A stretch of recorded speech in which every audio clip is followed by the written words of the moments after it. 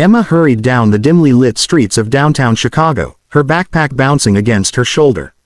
The city had that restless energy, the distant sirens, the occasional honk, neon lights reflecting on rain-slicked pavement, but tonight, it felt different. She couldn't shake the uneasy feeling crawling up her spine. She had stayed late at the library to finish her research, and now the streets seemed emptier than usual. Shadows stretched from the alleyways, flickering under the streetlights like dark, sinister fingers. She picked up her pace, trying not to draw attention. That's when she noticed movement in the corner of her eye, two men leaning casually against a brick wall, smoking. Their eyes tracked her with an intensity that made her stomach drop. "Hey, girl," one of them called, stepping into her path. His partner circled behind her, cutting off the other side. Emma froze. Fear washed over her, cold and paralyzing. She could feel her heartbeat thumping in her ears. "Give me your bag," the man said, voice low and threatening. His knife glinted under the streetlight. Now, Emma's mind raced. She considered running, but the alley behind her was narrow, and she knew she wouldn't get far. She stepped back instinctively, her palms sweaty, searching for anything that could help her. She felt trapped, cornered, and hopeless. Just when the tension reached a breaking point, the sudden roar of motorcycles split the night. The sound was deafening, like thunder crashing in the distance. Emma's head whipped around as three leather-clad bikers appeared, engines growling, headlights slicing through the shadows. The men holding her froze, caught off guard by the unexpected arrival. A tall biker with a scar across his cheek, clearly the leader, stepped forward, his presence commanding. "Back off," he growled, his voice leaving no room for argument. His companions flanked him, fists clenched, eyes unblinking. The would-be attackers exchanged nervous glances. The leader revved his bike slightly, a sharp mechanical warning that echoed down the alley. Then, with the precision of someone who had done this before, he lunged, knocking the knife from one man's hand with a swift, controlled strike. The other man tried to step forward, but a biker's heavy boot blocked his path. Panic flashed in their eyes, and within moments, they turned and ran, disappearing into the city streets like shadows retreating from the light. Emma stood frozen, her legs weak. She had just witnessed something she would never forget, strangers risking themselves to protect her. The leader walked toward her, his expression softening slightly. "Are you okay?" he asked, eyes scanning her for injuries. Emma nodded, unable to speak for a moment. Her voice caught in her throat, a mix of relief and disbelief. "Yeah, I think so. Thank you," she finally managed, her voice trembling. The biker gave a small nod, then gestured to his friends. "We'll make sure you get somewhere safe." Emma looked down the street, where her apartment was still a few blocks away.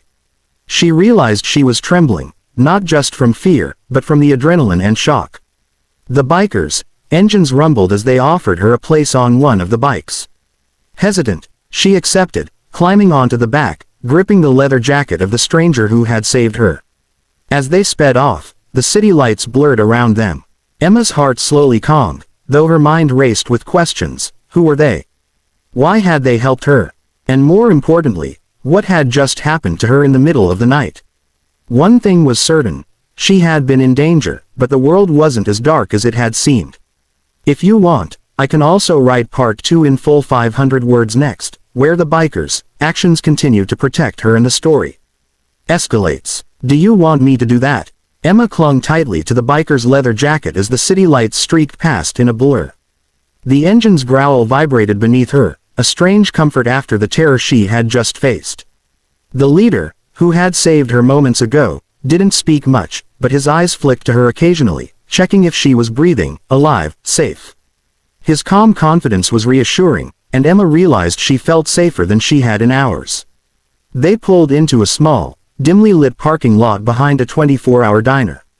The other bikers parked in a semicircle, engines still rumbling softly. "You can wait here for a few minutes while we check things out," the leader said. Emma nodded silently, still stunned. She watched as they dismounted, their movements precise and disciplined, not a hint of hesitation. It was clear they weren't just random bikers, they were organized, experienced, and dangerous in a way that made her feel oddly protected. Emma stayed on the edge of the lot, hugging her backpack. Her mind kept replaying the alley scene, the knife, the fear, the sudden roar of the motorcycles, and she couldn't stop trembling. She had never imagined anyone stepping in like that, and it left her both grateful and overwhelmed. A few minutes later, the leader returned, wiping his hands on his jacket. "We made sure they won't follow you tonight. You're safe for now," he said. His voice was firm but not unkind. Emma wanted to ask questions, so many questions, but her throat felt dry, her words stuck. Instead, she whispered, "Thank you. I don't know how to repay you." He shrugged. "No need. Just take care of yourself. And remember, sometimes help comes from places you least expect." There was a quiet weight to his words, as if he had seen too many people underestimate danger and pay the price. As they prepared to leave, one of the bikers handed Emma a small card. It had only a number and a name. "Call if anything happens." Day or night, Emma stared at it, disbelief mixing with relief. She realized that what she had thought was a random encounter was something deeper, a deliberate intervention that could have changed the course of her night, or even her life. Before she knew it, the motorcycles roared back to life, the riders disappearing into the night as quickly as they had arrived. Emma watched until their taillights were gone, leaving her alone in the parking lot. She felt a strange mix of empowerment and vulnerability. She had faced danger and survived, thanks to the courage of strangers who had risked themselves for her. Emma took a deep breath and started walking home, the card clutched tightly in her hand. She felt different, stronger, more aware, more cautious, but also strangely inspired. The night had been terrifying, but it had also shown her that heroism isn't always in uniforms, and bravery isn't always public. Sometimes, it rides in on roaring engines, wearing leather jackets, and arriving just in time. As she reached her apartment, Emma looked up at the city skyline, heart still racing but steadying with each step. The memory of the bikers lingered. Their action had turned the tables, transforming fear into safety, chaos into calm. And she knew she would never forget this night, nor the strangers who became her unexpected protectors. If you want, I can also create 5 to 6 detailed image prompts based on Part 1 and Part 2 for visuals in your story. It would be perfect for illustrations or social media posts. Do you want me to do that next?